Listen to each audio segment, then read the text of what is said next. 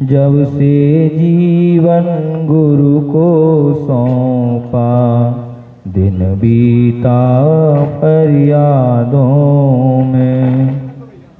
यूं ही जीवन बीते सारा, गुरु नाम जपते जपते।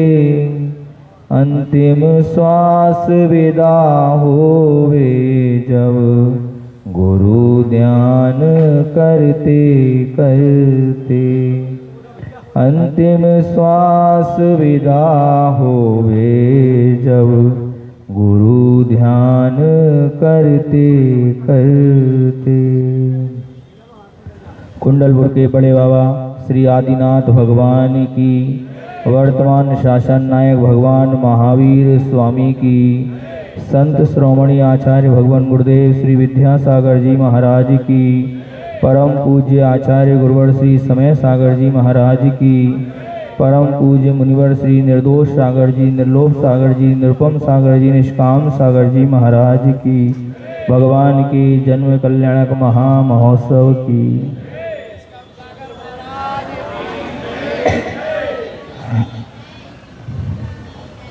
पिछले वर्ष आप लोगों के लिए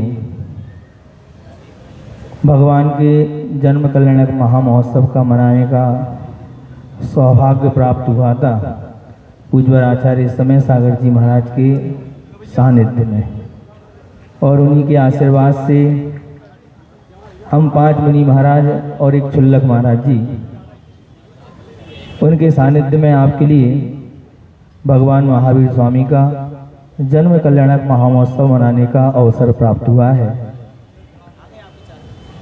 निष्काम सागर जी महाराज हमसे ब्रह्मचारी अवस्था में हमेशा कहते थे कि जबलपुर की एक बार महावीर जयंती देख लो,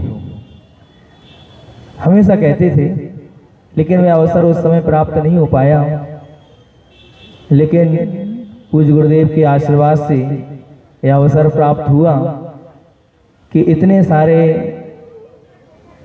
भगवानों की एक साथ शोभा यात्रा और एक विशाल जन समुदाय के साथ में आज अपन सभी लोगों ने, जैन जैनेतर बंधु सभी लोगों ने वह अवसर प्राप्त किया, और हम लोगों ने भी वह अवसर को देखा।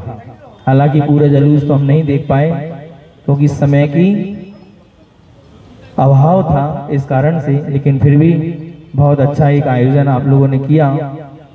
भगवान महावीर स्वामी हमारे वर्तमान शासन नायक हैं और हम उनके शासन काल में हम सभी लोग जी रहे हैं, अपना धर्म ध्यान कर रहे हैं। बहुत सारे लोगों के मन में मान्यता रहती है कि वर्तमान शासन नायक भगवान महावीर स्वामी जैन दर्शन के संस्थापक थे, लेकिन बंधुओं, भगवान महावीर स्वामी जैन धर्म के संस्थापक नहीं थे। भगवान महावीर स्वामी ने तो जैन धर्म की शरण प्राप्त की थी। ऐसे कई तीर्थंकर भगवंत जिन्होंने जैन धर्म की ये स्वीकार किया है, जैन धर्म का शासन स्वीकार किया है। जैन दर्शन तो अनादि अनंत है, न किसी ने बनाया है न बनाएगा, और अनंत इसमें कई 24 आगे आएंगी और पीछे भी कई 24 निकल चुकी हैं। अभी हम लोग वर्तमान स्वामी के शासन काल में जी रहे हैं। इस कारण से हम लोगों के लिए, हम क्या पूरे भारतवर्ष में भगवान महावीर स्वामी की महावीर जयंती बड़े धूमधाम से मनाई जाती है। मनाना भी चाहिए क्योंकि सरकारी एक ही छुट्टी मिलती है जैन समाज के लिए, और बहुत अच्छे तरीके से धूमधाम के साथ में जैसी जबलपुर में बनती है वैसी हर देश में, हर प्रदेश में और तो विदेशों में भी भगवान महावीर जयंती की जन्म जयंती हर उल्लास के साथ मनाई गई। भगवान महावीर स्वामी ने हम लोगों के लिए क्या शिक्षा दी है, सभी लोग जानते हैं कि भगवान महावीर स्वामी ने कहा था कि अहिंसाणु व्रत, सत्याणु, अचौर, ब्रह्मचर्य और अपरिग्रह। लेकिन हम लोगों ने समय समय पर रहते हुए भगवान महावीर स्वामी के जो मूल सिद्धांत हैं, उन मूल सिद्धांतों पर थोड़ा सा फेरबदल बदल किया, जिसका अर्थ का अनर्थ निकल गया। भगवान महावीर स्वामी ने कहा था अहिंसा होना चाहिए, तुमने उनकी अहिंसा में से निकाल कर और सत्य की आगे लगा दिया। तो आज देख रहे हैं पूरे विश्व में जो हिंसा का तांडव है, वह हिंसा का तांडव आज सभी लोगों के लिए। क्यों? क्योंकि भगवान महावीर स्वामी के मूल सिद्धांतों पर हम चाहते तो हैं कि भगवान महावीर स्वामी को हम लोग मानते तो हैं, लेकिन भगवान महावीर स्वामी की नहीं मानते हैं। अगर इस देश का अगर उद्धार हम लोग करना चाहते हैं और देश में शांति लाना चाहते हैं, तो भगवान महावीर स्वामी के मूल सिद्धांतों को अपन को अपनाना पड़ेगा। भगवान महावीर स्वामी ने कहा था हिंसा होना चाहिए, तो हमने उसके आग को निकालकर और सत्य के आगे लगा दिया, तो व्यक्ति हिंसा करने लगा और असत्य भाषण का उपयोग करने लगा। फिर आगे भगवान महावीर स्वामी ने कहा कि आचौर्य व्रत का पालन करना चाहिए, तो उसमें से आ निकालकर हम लोगों ने ब्रह्मचर्य के आगे लगा दिया। और आज देखो चोरियां, जितनी चोरियां हो रही हैं, चोरियों का मतलब ये नहीं रहता कि किसी की माल को हड़प कर लेना, किसी की भावनाओं को भी ठेस पहुंचा देना, किसी की भावनाओं को भी चुरा लेना, ये भी सबसे बड़ी चोरी है। और वो आप हमने ब्रह्मचर्य के आगे लगा दिया, तो आज अब ब्रह्म का सेवन सारे लोग कर रहे हैं और ब्रह्मचर्य से दूर होते जा रहे हैं और अपरिग्रह में से आ को लोप कर दिया। तो आज कितने सारे लोग परिग्रह को अपना रहे हैं। बंधुओं, अपने जीवन में अगर तुमने भगवान महावीर स्वामी के इन सिद्धांतों को नहीं अपनाया, तो ध्यान रखना, न तुम सुखी हो पाओगे, न हमारा भारत देश कभी सुखी हो पाएगा। भगवान महावीर से ने जो सिद्धांत दिए हैं हमारे लिए, वो बहुत ही सोच समझ कर दिए हैं। देखो ये 5 पाप जो होते हैं, 5 पाप जो होते हैं सरकार की नजरों में, पुलिस की नजरों में, ये क्या है? दंड है। और जैन दर्शन क्या कहता है? ये 5 अपराध जैन दर्शन की नजर में क्या है? ये पाप है। मतलब एक तरफ से वहां भी पाप है। अगर कोई चोरी करता है, हिंसा करता है, तो उसको सजा होती है, झूठ बोलता है सजा होती है, चोरी करता है सजा होती है, और अब्रह्म का सेवन करता है चोरी होती है, और परिग्रह का सेवन करता है तो चोरी होती है। तो जैन दर्शन में भी ये कहते हैं वहां भी दंड की व्यवस्था है तुम्हारे लिए, और जैन दर्शन में भी तुम्हारे लिए दंड की व्यवस्था है। यानी कि ये 5 पाप हमारे लिए, अगर इस सृष्टि से 5 पाप अगर समाप्त हो जाए बंधुओं, तो सृष्टि में बहुत अच्छे तरीके से खुशहाली आ सकती है। हमने भगवान महावीर स्वामी को नहीं देखा, हमने भगवान महावीर स्वामी को नहीं देखा, भगवान आदिनाथ स्वामी को नहीं देखा, हमने आचार्य कुंद भगवान को भी नहीं देखा, हमने आचार्य समंतभद्र भगवान को भी नहीं देखा, हमने आचार्य वीरसेन स्वामी महाराज को नहीं देखा। हमारा इतना पुण्य नहीं था कि हम उनको देख सकते, लेकिन हमारा इतना पुण्य भी नहीं था कि उनकी चर्या को पालन करने वाले आचार्य विद्यासागर जी महाराज को हमने ना देखा हो। जब भी हम आचार्य विद्यासागर जी महाराज को देखते थे, तो हमको भगवान महावीर स्वामी नजर आते थे कि ये भगवान महावीर स्वामी के वंशज हैं। इन्होंने जो चर्या अपने जीवन में अपना रहे हैं, ये चर्या भगवान महावीर स्वामी की चर्या है। बंधु, आचार्य विद्यासागर जी महाराज ने इस वसुंधरा पर, इस भारत वर्ष पर जैनों के लिए ही नहीं, जन जन के लिए जो कार्य किया, जन जन का जो उन्होंने उपकार किया है बंधुओं, उनके ऋणी तो हम जीवन भर कभी भी ये ऋण चुका नहीं पाएंगे। पूज्य गुरुदेव के जो उपकार हैं, आज महावीर जयंती के शुभ अवसर पर, हालांकि समय बहुत कम है, पूज्य महाराज श्री को भी सुनना है, लेकिन मैं आप लोगों से कहना चाहता हूं, आज भगवान महावीर स्वामी के जन्म कल्याणक महामहोत्सव के दिन पूरे जबलपुर की समाज ये कमर कस ले, ये पूज्य गुरुदेव का आशीर्वाद इस जबलपुर समाज के लिए प्राप्त हुआ है।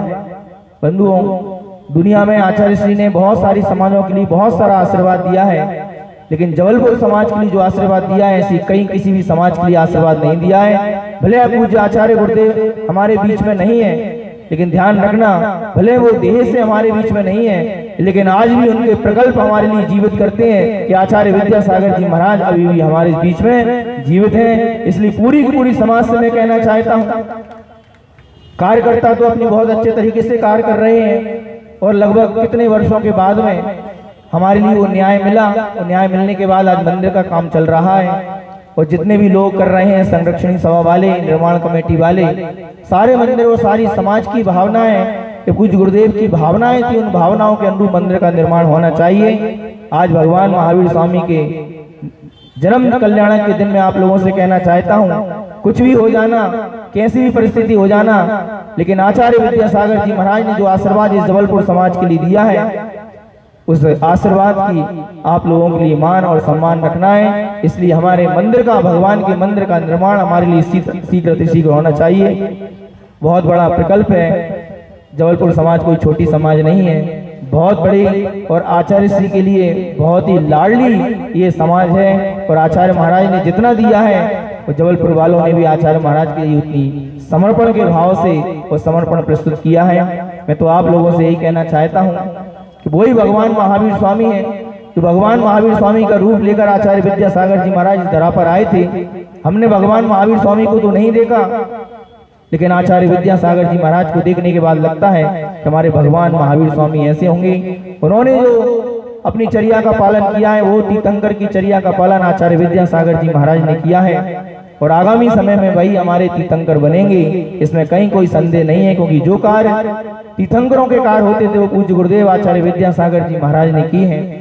उनके आशीर्वाद से जो निर्माण चल रहे हैं, जो प्रकल्प चल रहे हैं, उन सभी लोगों के लिए, अपन सभी लोगों के लिए, आपके लिए नहीं, हम सभी महाराज लोग भी उसके लिए प्राणपण से समर्पित हैं। और हमसे जो भी सहयोग होगा पूज्य गुरुदेव के प्रकल्पों के लिए हम लोग ये कार्य करेंगे। इसलिए आप सभी लोगों के लिए बहुत अच्छे तरीके से बिना थोड़े से राग द्वेष कषाय के बिना हमारे लिए इस कार्य को अंजाम देना है और बहुत अच्छे तरीके से पूज्य गुरुदेव की इन भावनाओं को हमारे लिए समर्पित करना है।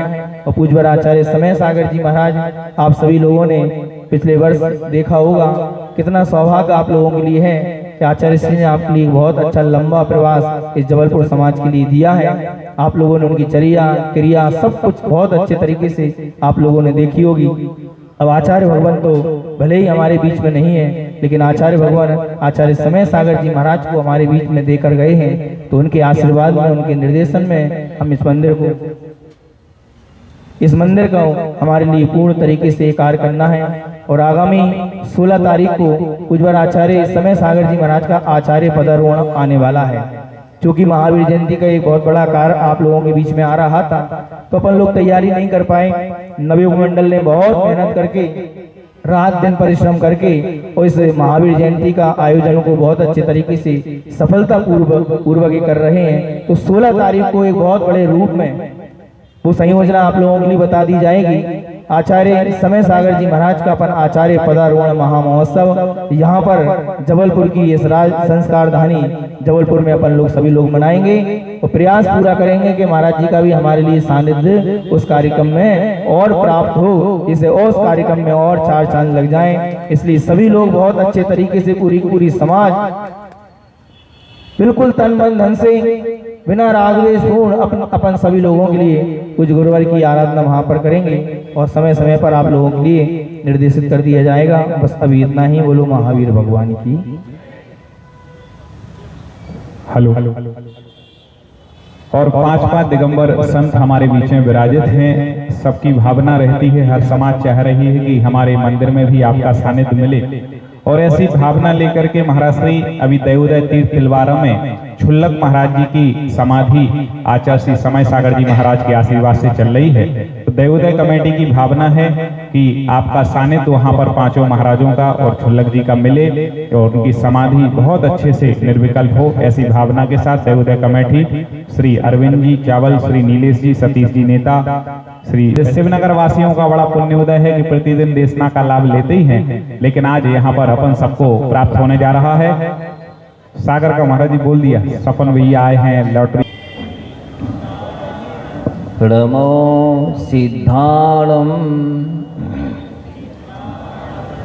नमो हायरियाणम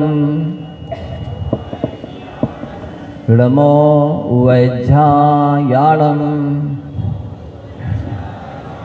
नमो लोये सव्यसाहुडम हेशो पंचनमो यारो सवे पावपणासनो मंगलाणं च सवेशिं परमं हवै मंगलम। बोलिए त्रिकालवर्ती 9 देवताओं की, महावीर वर्तमान शासन नायक महावीर भगवान की, आचार्य भगवंत गुरुवर श्री विद्यासागर जी महाराज की, परम पूज्य आचार्य भगवंत श्री समय सागर जी महाराज की, परम पूज्य मुनिवर श्री निर्दोष सागर जी, निष्कंप सागर जी, निर्भम सागर जी, निष्कंप सागर जी महाराज की,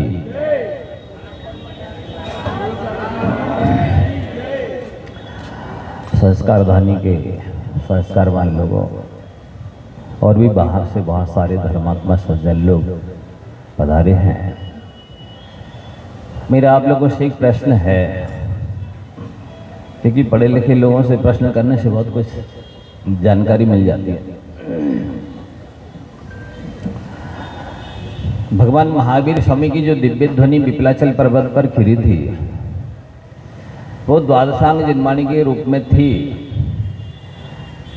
यदि अपन इसको एक या दो शब्दों में कहना चाहें तो कह सकते हैं क्या? कह सकते हैं, जियो और जीने दो।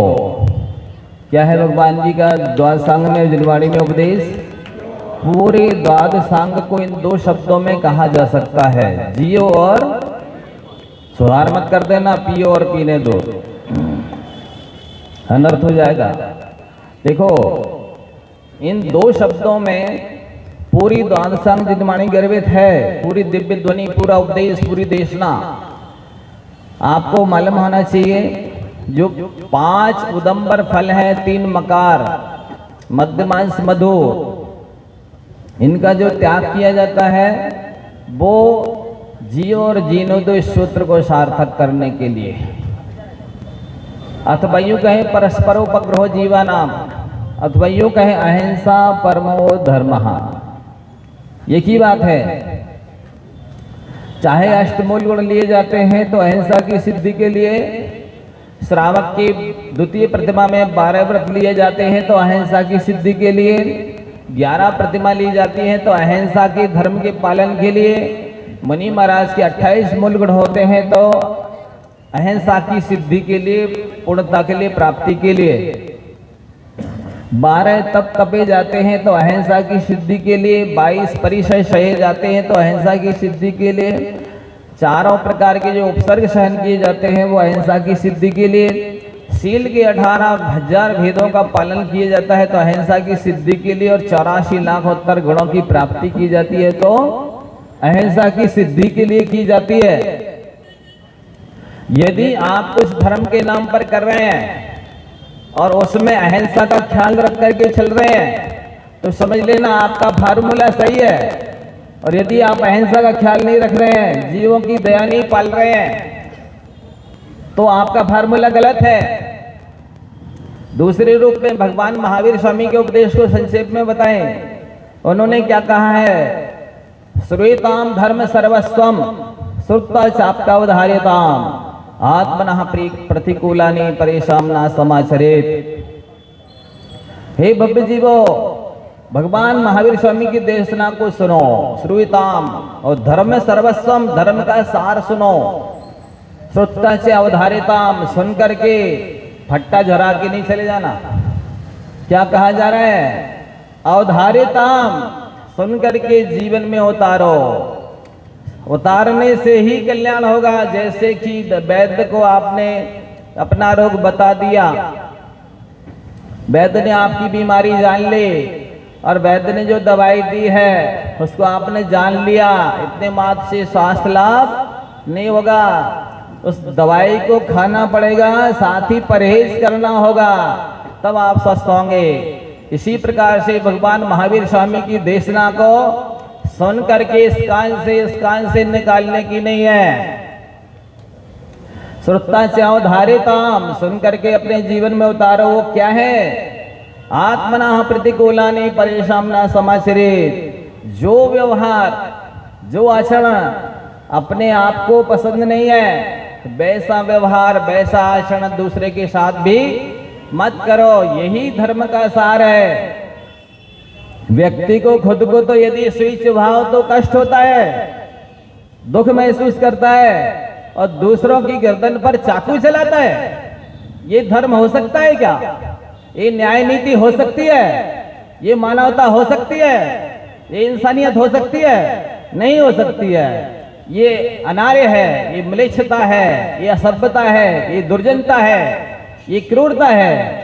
इसलिए इंसान के चोले में है यदि, तो आपके अंदर इंसानियत होना चाहिए। जैन कहलाते हो तो जैनत्व होना चाहिए, मनुष्य हो तो मनुष्यता होनी चाहिए।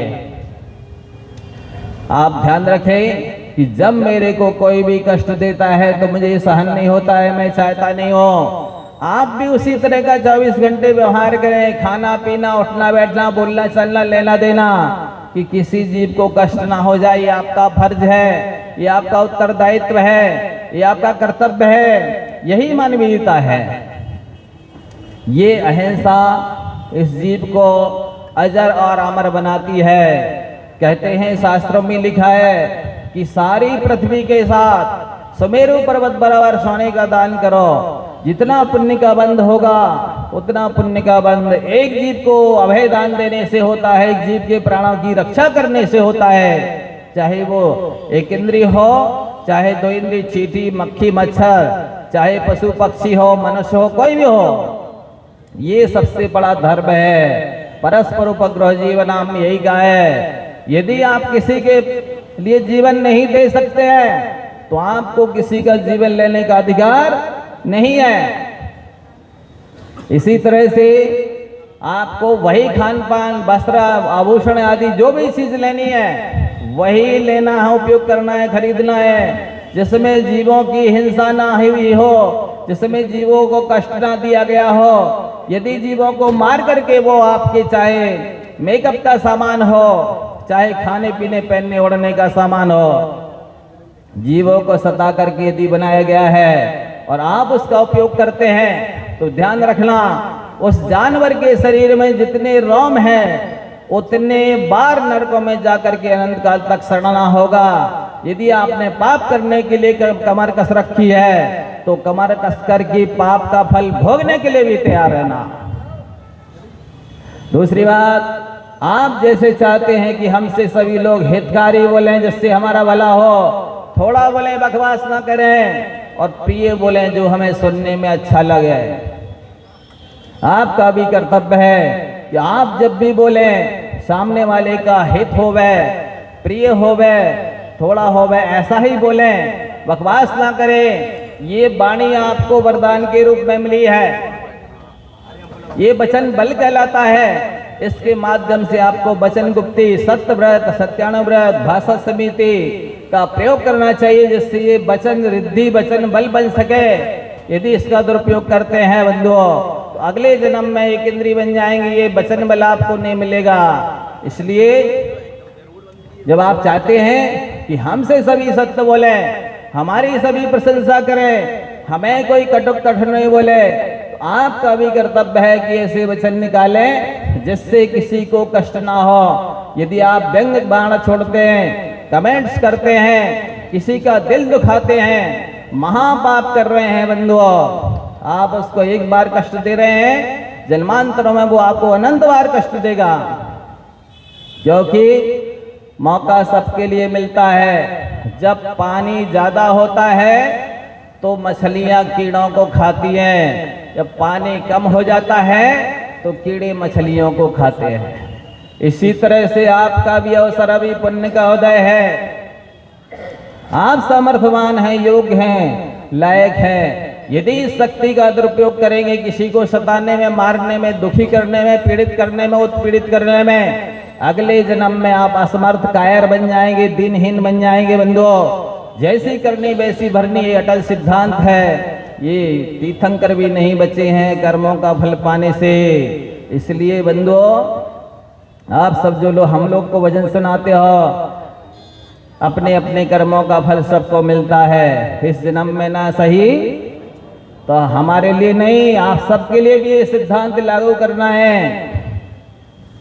तो बंधुओं, महावीर भगवान ने कहा है कि आप भी दूसरों की प्रशंसा करें, दूसरों से हित मित प्रिय बोले, दूसरे का जैसे भला हो, आनंद आए वैसे ही वचन बोले, कष्टकारक वचन ना बोले। तीसरा सूत्र दिया है कि जैसे आपकी कोई वस्तु चुरा लेता है तो आपको प्राणों को हरण कर लिया है, जैसे इतना कष्ट होता है। आपका भी कर्तव्य होता है किसी की गिरी हुई, पड़ी हुई, भूली हुई वस्तु को बिना दिए नहीं लेना। यही तो धर्म है। यदि आप जो आपके हिस्से की नहीं है, वो चाहे जमीन जायदाद हो, वस्त्र आभूषण हो, भोजन पान हो, कुछ भी हो, यदि आप दूसरे के हिस्से का लेते हैं, ये चोरी है। साथ ही आपको सुकून नहीं देगा, सुख शांति नहीं देगी, ये आपके शरीर में एडजस्ट नहीं होगी। या तो उस भोजन पान का पीप बनेगी या पानी बनेगा। मान लो धातु धातु भी बन जाए तो उस धातु धातु के बनने पर शरीर में आपके मन में देवशास्त्र गुरु की भक्ति करने का भाव नहीं होगा, अच्छे काम करने का भाव नहीं होगा। इसलिए भूखे मर जाना या भीख मांग लेना, लेकिन किसी के हिस्से की जमीन जायदाद वस्त्राभूषण भोजन पान नहीं लेना बंधुओं। ये दूसरे के हिस्से की वस्तु मैं ब्याज के लेकर के जाएगी, या तो उतना पैसा वकीलों के यहाँ चला जाएगा या उतना पैसा डॉक्टरों के यहाँ चला जाएगा, अथवा उतनी कीमती आपकी कोई व्यक्ति या वस्तु मर जाएगा या नष्ट हो जाएगी, क्योंकि वो आपके भाग्य में नहीं थी। आपने दूसरे के हिस्से की खास ली है, चाहे वो सगे भाई की हो, माता पिता की, रिश्तेदार की, या किसी पड़ोसी की, कोई भी हो बंधुओं। यदि अपना भला चाहते हो तो दूसरे के हिस्से उस चीज वस्तु है उसको दे दो, इसी में भला है। नहीं दोगे तो अगले जन्म में चाहे पैसे का कर्ज हो और चाहे उपकार का कर्ज हो, मैं ब्याज के उसके घर में कुत्ता बन करके, गधा या बैल बन करके, नौकर बन करके चुकाना होगा। बंधुओं, ये इंसाफ सीधा सीधा है। इसी तरह से जैसे आपको अपनी माँ बहन के प्रति यदि कोई गलत दृष्टि डालता है तो लड़ने और मरने को तैयार हो जाते हो, आपका भी कर्तव्य है कि आप दूसरे की माँ बहन को माँ बहन की दृष्टि से देखो। यही तो धर्म है, धर्म कठिन नहीं है। वैसे इतना ही ध्यान रखना है कि हम क्या चाहते हैं वही सब चाहते हैं, हम क्या नहीं चाहते हैं वही सब दूसरे भी नहीं चाहते हैं। इसी तरह से आप ये भाव ना रखें कि मैं सबसे रिच में धनी आदमी के रूप में आल वर्ल्ड की जो गिनीज बुक है उसमें मेरा नाम आ जाए, सबसे बड़ा आदमी कौन है, फलाने चंद। ये भूल जाना। आप इस सिद्धांत को याद रखना, साईं इतना दीजिए जामे कुटुंब समाए, मैं भी भूखा ना रहूं, साधु भी भूखा ना जाए। यदि ये भावना रखते हो तो आपकी बुद्धिमानी है। जरूरत से ज्यादा रखते हो या चाहते हो, यही पाप है, महापाप है। आत्मानुशासन में आचार्य गुणभद्र महाराज जी ने लिखा है, कान खोलकर सुन लीजिए। आशा करता प्रति प्राणी यस्मिन विश्व मनोपवम कस्य किम की अदायाति वृथा वो विशेषता। संसार के जितने प्राणी हैं उनके अंदर, सभी के अंदर आशा रूपी गड्ढा इतना बड़ा बड़ा खुदा है कि यदि 3 लोक की संपत्ति एक प्राणी के आशा रूपी गड्ढे में डाल दी जाए तो ऐसा जादुई गड्ढा है, वो भरने के स्थान पर और गहरा होता है। तृष्णा की खाई खूब भरी पर रिक्त रही, वह रिक्त रही। इसलिए बंधुओं, एक सिद्धांत को याद रखो। अंतिम बात कहकर महाराज श्री को सुनेंगे। कर्म कमंडलू कर गहे तुलसी मन बसताए, बापी कोप तडाग में बूंद ना अधिक समाए। बंधुओं, आप चाहे कितनी बेईमानी बदमाशी कर लेना, चाहे कितनी 2 नंबर के काम कर लेना, चाहे कितनी मायाचारी कर लेना, आपके भाग्य में जितना लिखा है उतना ही मिलेगा। जैसे आपने अपने हाथ में जितना बड़ा बर्तन ले रखा है, उस बर्तन को लेके चाहे नदी में जाओ, कुएं में जाओ, तालाब में जाओ, चाहे नल पे जाओ, पात्र से ज्यादा पानी नहीं ला सकते हो। इसी तरह से लक्ष्मी भाग्यानुसारिणी, लाभांतराय कर्म के सेवन से लक्ष्मी प्राप्ति होती है। यदि धन चाहते हो तो दान देना शुरू करो। बहुत कुछ कहने के लिए था, समया भाव के कारण थोड़ा कहा, बहुत जानना। इतना ही बोल करके मैं अपनी वाणी को विराम देता हूँ। बोलिए महावीर भगवान की। महाराज श्री की दिव्य देशना हम सभी ने श्रवण की। अब परम पूज्य मुनि श्री निर्दोष सागर जी महाराज को हम सुनेंगे। इसके पश्चात अभिषेक और शांति धारा यहाँ पर होगी। जैसा कि हमने घोषणा की थी कि हमें बोली लगाने का समय नहीं है, इसलिए बार का ये नाम हमें प्राप्त हुआ है। जोरदार तालियां बजाएं। साथ ही साथ 11,000 रुपए की राशि में देखें लहली परिवार के 2 नाम हमें प्राप्त हुए हैं। दूसरा नाम अंगूरी बाई जी, मनोज जी, मुदित, मुस्कान, गरिमा, समस्त लहरी परिवार, दूसरा नाम भी उनका प्राप्त हुआ है। आप हर्षद भैया यहाँ पर कर लेंगे और मधु भैया आप लाडगंज वाले इसमें, और एक नाम हमें